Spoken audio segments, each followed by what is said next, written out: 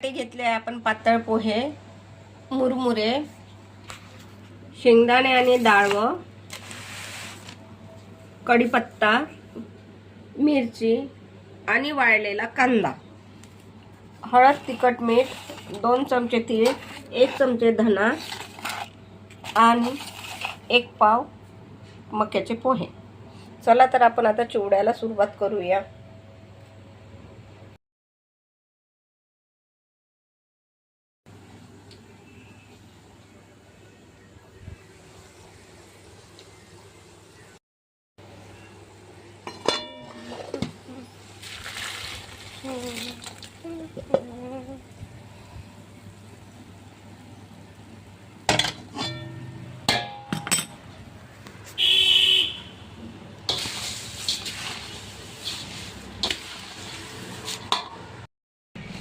चला तर 5 मिनिटात आपला झटपट चिवडा तयार झाला आहे।